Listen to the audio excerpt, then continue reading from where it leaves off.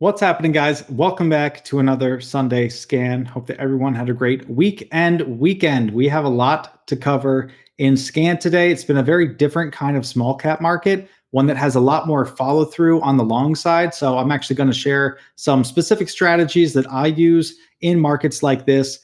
Because that's when I really like to get involved. I trade different market caps, different strategies, but when small caps have a lot of volume, a lot of range, a lot of multi-day moves, that's when I tend to really zone in, especially on the long side. And those are the types of setups and the types of markets that I really enjoy. So I'll get into some specific setups with that. Later on, we're going to bring on Judah to go over some main watches, some market thoughts, and we will talk about a couple other things that have been happening in the market as well. So let's get right into it. And the first name that I really wanted to talk about was this MGOL. So this has been a setup that's been present several times over the last week. We had it with QNTM, we had it with IVVD, and we had it with MGOL and a lot of others. And this is a setup that works really well with small caps, particularly very small market cap companies or very small floats, names that have a lot of heavy volume and names that have a lot of short interest or short action in there. So this is what I would call like a small market cap, high float squeeze trade. So here are a couple of the key elements that I kind of look for. And I did a video on this for people in Investors Underground, but I figured that I'd share it a little bit more in depth with the Sunday Scan crowd as well, just so people can kind of see what we're looking for with some of these setups. So the first thing that I really like to see is a name that's in play. So that means it has volume, it has range, and this has been running for the last couple of days. So this was a nice gap up on the pre-market action, and whether it's in pre-market or just earlier on in the day, that's kind of the first element that I like to see. So there's a couple parts to the setup. One of them is that it needs to have some action, needs to have some volume early on in the day. And usually, this is standard stuff. People are looking for the failed follow through and a nice move down to try to capture that on the short side a lot of the times. But when you have these names or these markets where you have a lot of multi-day runners, they tend to last longer and they tend to be very trappy. And so what I mean by that is that if you had shorts, really positioned in here, they have a nice couple of trades, maybe they get cleared out in the middle of the day, some new shorts reposition in, and you kind of just have like the add, the shorts adding to their position throughout the day. So maybe some here, maybe some here, maybe some here. And what happens is that when you have these names that, attract a lot of shorts, they have huge volume. This had almost 800 million volume on the day. And then you have names that kind of get saved. So after they have like the initial flush, they look like they're going to roll over, maybe round trip, and they get saved. And they look like they're going to, failed follow through, roll over, and they get saved again. So you can see kind of this, 36, 35 area. That's kind of where it was soaking. And that just means that you still have all the shorts anticipating this to roll over, but it's not, it's soaking. And so when you have those situations that grind up throughout the day, so they have this long consolidation period, they eventually get up to what I kind of call a trigger point. And so if you were to envision where's the average cost that the shorts have on this, it might be somewhere in here, might be somewhere in here, somewhere in here. So when it's all said and done, it's probably somewhere around this level, maybe in the mid 40s or so. And so you basically get to a point towards, sometimes it's the end of the day, sometimes it's at a different point, but a lot of times it's towards the end of the day. You'll get this grind up towards that trigger point, and eventually you'll get it to creep up, and then bang, that's when the first round of shorts start to cover, it moves up the price, it gets a little bit thinner, and then it really has that nice squeeze out. So that's a trade that we talked about during a midday study session or a midday chill session in Investors Underground. We talked about this at like 1 or 2 p.m. while it was trapping around here, kind of anticipating that this is one of those names that could do this setup. So you're looking for a name that has a tiny market cap, has a lot of volume, a lot of float rotation. That just means that, if you're trading hundreds of millions in volume and you only have a couple million, float for a stock, that you're rotating that so much that there's bound to be a lot of short activity in there. So nice pre-market kind of gap up or early day gap up, a fade off, and then maybe some repositioning for shorts, but it starts to just kind of hold. And instead of rolling over and round tripping, it just gets trappy, it holds, then it grinds up, it hits some kind of a trigger point, and then a lot of times it will have a somewhat symmetrical move to that initial run. So if that's 20, 30, 40%, a lot of times it'll be something similar when it eventually squeezes out. And then we always talk about, once a name squeezes out, that tends to be when they fade the most, because as you have all the short interest kind of get cleared out up here, then you have longs chasing, and it switches from being, shorts are stuck to now, shorts are out, longs are in there, and now it starts going the wrong way. Longs are stuck, and you have that, look again, symmetrical move kind of back down. So a lot of times it's like the same crowd that is moving these kinds of stocks. So that's why you kind of get these symmetrical moves to the upside and to the downside. But by really understanding where the positioning is coming from and what are some different strategies to play that, that can make for some really nice trades. So this is like, again, a small market cap, high volume, it's kind of squeeze play. So you look for that big move at the beginning of the day. And whether this happens over the course of one day or sometimes it takes 2 or 3 days, it's kind of the same process of a big invitation for shorts to join, maybe a couple more ad spots, but it starts to hold,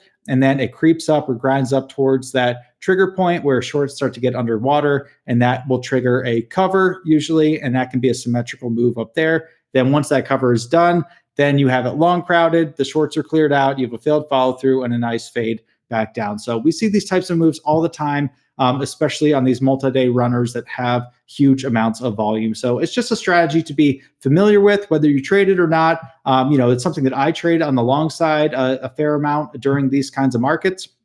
But even if you're not trading it on the long side, it's something to be aware of on the short side, so that you don't get stuck in one of these squeeze out. So that was really like a big focus of what I want to kind of go over in the first section of Scan. And now I'll get more into some of the main watches from Judah and myself. So before I bring on Judah, I will give the disclaimer that neither he nor I are financial advisors, and these are not buy or sell recommendations. All this is for informational and educational purposes only. Now let's bring on Judah, and he'll go over some of his main watches. Thank you for having me on, Chris. Glad to be here. I just want to start off a little bit with, the overall markets and some things that are going on under the hood. So we got SPY. SPY has just been consolidating for about, a month now. We have, with all these Trump headlines, we get that gap down, and then we get somebody trying to, soak up the market, and we get some bidding going on, and then another headline comes out, we gap down, and we start bidding up at the market again, and then another headline comes out, and it's just been the same thing. It's just been very choppy. The top names out there: Amazon, Google, Microsoft, Apple. I mean, they're all kind of, you know, not looking too great. They're fading or breaking down. Some had earnings last week. So there isn't action in those larger cap names. There's a lot of there's a lot of chop over there, but we still are getting huge, huge moves under the hood. If you could really have patience and pick them out, and not force anything, not take things that you want to take, but take things that look good, then I think you could continue to do really well in this market. We got names like Reddit, which has been offering some good opportunities and just been grinding to all-time highs. We got Hood, which has also been, performing really, really well. Also, kind of pushing up near those prior highs. Palantir, which had earnings last week and had a great delayed reaction just a couple of days later. We got Twilio that's just hanging up here. We got earnings out this week though, but there's plenty going on out there. Docs, good reaction to their earnings. LEU, also good reaction to their earnings. We got OKLO in that same nuclear basket that is just pressing those highs, and LTVR, which had MOUs with OKLO, that's really just pressing those highs. We got robotic names that look strong. Serve. This pretty much reminds me of NNE back here on this day. And now we're just trying to pivot back through there. Huge base going on here. RR, which is opening up a cafe this weekend in Vegas that, was looking decent. We got MBOT, which tried perking out and pivoting on Thursday and got some follow through on Friday. We got PDYN, which is now tightening up here, another type of robotics name. So there really is a good amount going on. Firm is another one that has pretty much gapped up over their earnings and had some positive reaction. PBAI, which was being called the next Palantir on this day here, which got some Palantir earning sympathy, and then their press release of their own to give it some more fuel. But ACB, which has been doing well off of their earnings so far. Then we got some, smaller cap names that are having decent follow through. IBVD, which is having multi-day follow through. We got QNTM multi-day follow through. We got LTRY, which is another one with multi-day follow through on the smaller cap scale. So I mean, there really is, a lot out there. You just got to be patient, find the right setups. They're there. The market is overall choppy on the larger and mega cap type of names, but I mean, if you're patient, if you really do your scans and put in your work, then you'll find them. Going into the week, I really don't see much. Nothing that's really A plus or standing out to me, but this is what I'm coming in with the week. We got ARM, which has been consolidating for about a year now. Ever since that gap up off their earnings, that IPO breakup back in last February, it's just been putting in this base, a little choppy, the 6 months afterwards, but it's been tightening up now. Earnings were out last week, so that's out of the way. Kind of want to see that 170, 171 reclaim and build for a potential breakout on this huge, huge daily base.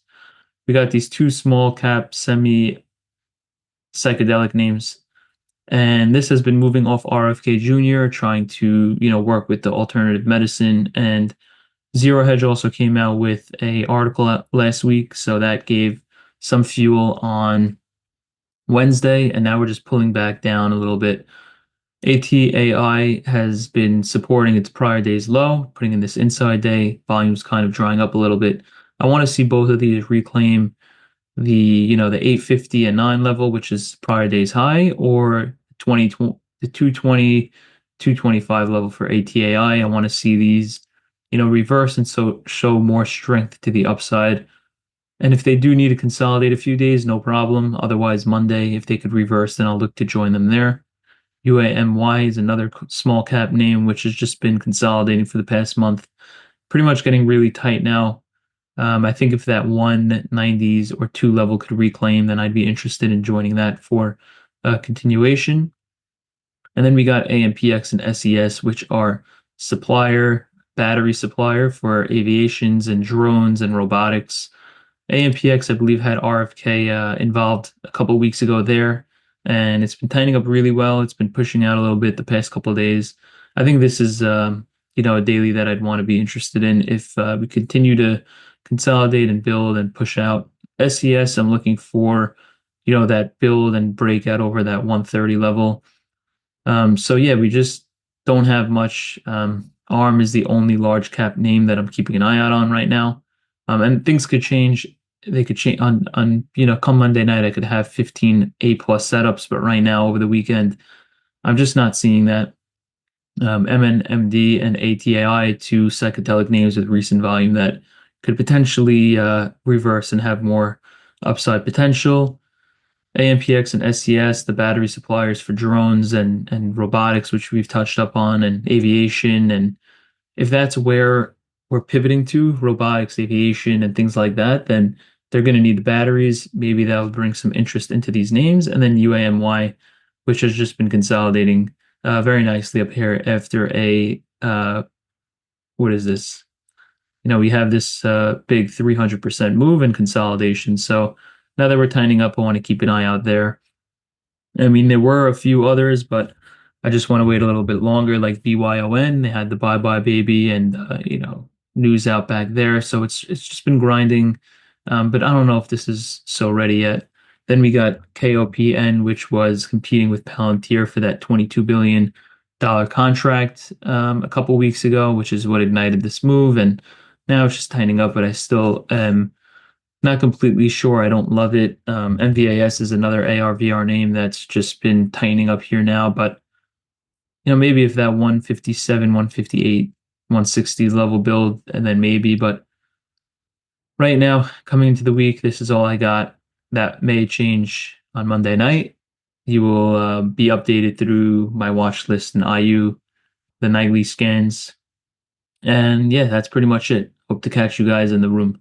Okay, those are great, Judah. Thank you. And now I will get into some of my main watches for the upcoming week. So the first name that I really have on watch is this TCTM, and this was on watch the other day as well for a liquidity trap. So, definitely big volume down here. And now it's had a couple of days, 4, 5, 6 days to consolidate. And we'll see. It's usually about a 10-day window where these tend to work. So we'll see if this ends up playing out or if it just kind of putters out. But I'd want to see it get above that 60 level to be back in play. And then we'll see if we have some kind of squeeze out from there. So that's the first name I have on watch. The next name is OKLO. So you could definitely, see that this had a big save. So this was like the DeepSeek scare down here. A lot of the AI energy names got crushed, and then they ended up getting saved. And we talked about the relative strength, relative weakness in the sector, and OKLO was definitely the strongest of the bunch. And so this had a nice move back up. And you could see that this kind of reminds me of like a IONQ type of move where you have, a sector trade, very, nice channels down there, and you just basically get these big dips and then these big rips. So what I'll be watching for later on in the week, especially towards a Thursday, Friday, is a big, push up. And then eventually some kind of mean reversion trade down. So maybe on a Thursday or Friday, maybe we get to, 70 or 75 or so, and then really have a nice fade. So that will be on watch for me. The next one, PLTR, kind of the same situation, had really nice earnings, just showing a lot of growth and, kind of like another gap up. Of course, the name's overextended. Of course, it's expensive and everything, but we'll see. I think we could get towards, a 130, 135 level, and then maybe have some kind of mean reversion trade there as well. So yes, big moves, big things happening in the market. But when something like this is happening, you don't just want to say, oh, it's up too much. You want to look at the action, wait for it to get super overextended, and then when it makes sense for it to start to mean revert, that's when you want to pay attention. So don't step in front of this one. This is one to be patient with, wait for that overextension, and then just find some key levels as it's going throughout the week, and then you can use those as a guide to play the mean reversion back down. The next name I have is MSTR, and Nate had some really great thoughts on crypto that he posted on X. And a lot of that thesis was basically crypto had this huge run up. Bitcoin had the big run up, anticipating some of the election stuff, anticipating a strategic reserve and all these things. And yes, maybe some of that happens, but it hasn't been very exciting so far. It's more just been, a friendly administration to crypto. But I don't know if that's enough to justify some of the moves that we had. And you have names like MSTR where, they were riding the coattails of that, run higher, using leverage, using all these things. And that works really well when Bitcoin's rising. But once you kind of have Bitcoin be, stalling out a little bit, and now you have their average costs up into the 60,000s or wherever it is, if you do get a significant crypto correction, you can have a massive move down in something like MSTR. So it's usually a matter of timing this, whether this happens over the next month or so, or the next week, or the next, later on this year, we don't really know, but it's more just to be aware of the structure, and that if crypto starts to act heavy, if it starts to flush, if a lot of people get liquidated, then you're going to have go-to names like MSTR that are showing some relative weakness in that sector, and those will be names that will be on watch for me. So if we have crypto weakness over the next week, I think that MSTR could be a really nice fade back down. I'll be looking for most likely put options with that, and then I could see it, testing under the 300s if we get down there. So MSTR definitely on watch. And then IONQ, I more just want to touch on IONQ, RGTI. We've talked about like this big, move up, and then the crash, and then the kind of the huge clear out on like a longer time frame. And it's like, how do you know what's coming after this? And of course you don't, but there are a couple of ways that you can estimate what the roadmap will be for the rest of the names. So like we always talk about with sector trades, there's relative strength and relative weakness. And while IONQ and RGTI get all the attention because they're the relative strength names, check out some old names that were running like QMCO and ARQQ. So these were like, the tiny companies that ran up to, $60 or something, like massive, massive moves, but they don't have the same type of volume and everything. So they kind of get forgotten about. But these can be a good roadmap for what eventually happens to the strong names too. So you can see that, very similar action to some of the other names with a big run up initially, big, flush, and then kind of a clear out. And where RGTI and IO and Q are still hanging around in this stage, you can see that the weaker names, they're already paving a path of what happens after that. And so that's just something with sector trades that I like to keep in mind. It's you look for like the kind of the forgotten names, but the names that showed relative weakness, and you see what can eventually happen to the rest of the names. So that's why, if you're playing it on the long side, you always want to look for the relative strength names, and when you're looking for downside, you want to look for the relative weakness names. But if you're trying to get a read on where a sector could go, if there's not any more good catalysts or things like that, then looking at some of the big runners that are kind of the relative weakness names can be a big tell for that. So RGTI, you can kind of see what stage it's in. And, if it ends up doing something like QMCO, where it ends up fading back down, then that could be a big move to participate in, especially if you're kind of drawing these channel lines and then using that as big resistance points as it breaks down. If and when it breaks down, then you have a lot of overhead supply there. So those will be on watch for the upcoming week.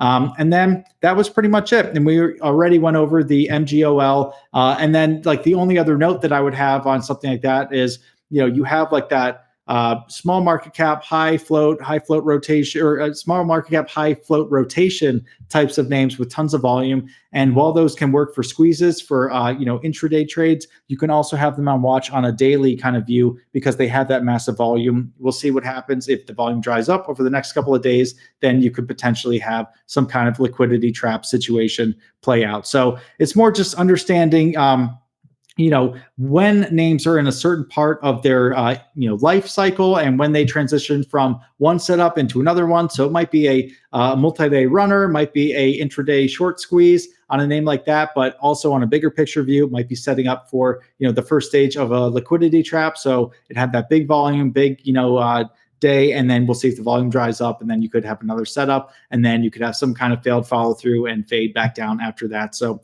all these names that are in play, they set up in multiple ways. So the more strategies you can kind of build around those, you could have 4 or 5 different trades on the same name using different setups as opposed to just waiting for one setup, one name, to go about that. So those were the main things that we really want to cover in Scan today. If you guys have any comments or questions, ask them in the comment section. We want to talk about things that are helpful. If you guys want to learn more setups like I went over with MGOL, if you want to learn about different topics, just make sure that you are liking the video, subscribing, sharing this video with other traders if you think it would be helpful to them, and then definitely leave comments. And then also we'll have a pinned comment if you're interested in joining Investors Underground, where we talk about this stuff all the time. We go over the setups. We have hundreds and hundreds of video lessons of setups and recaps of trades and everything. So if you're looking for education and a great community to trade with the best technology, Investors Underground is your place. So definitely click the link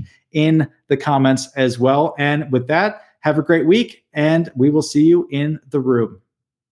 Thank you everyone for watching. If you want to trade live alongside me and other members of the Investors Underground community, then check out investorsunderground.com to see if becoming a member is the right decision for you. They have some of the best technology and a lot of great members there, all looking to help other people improve their trading. And also check out Investors Underground content on YouTube and Twitter. Thank you.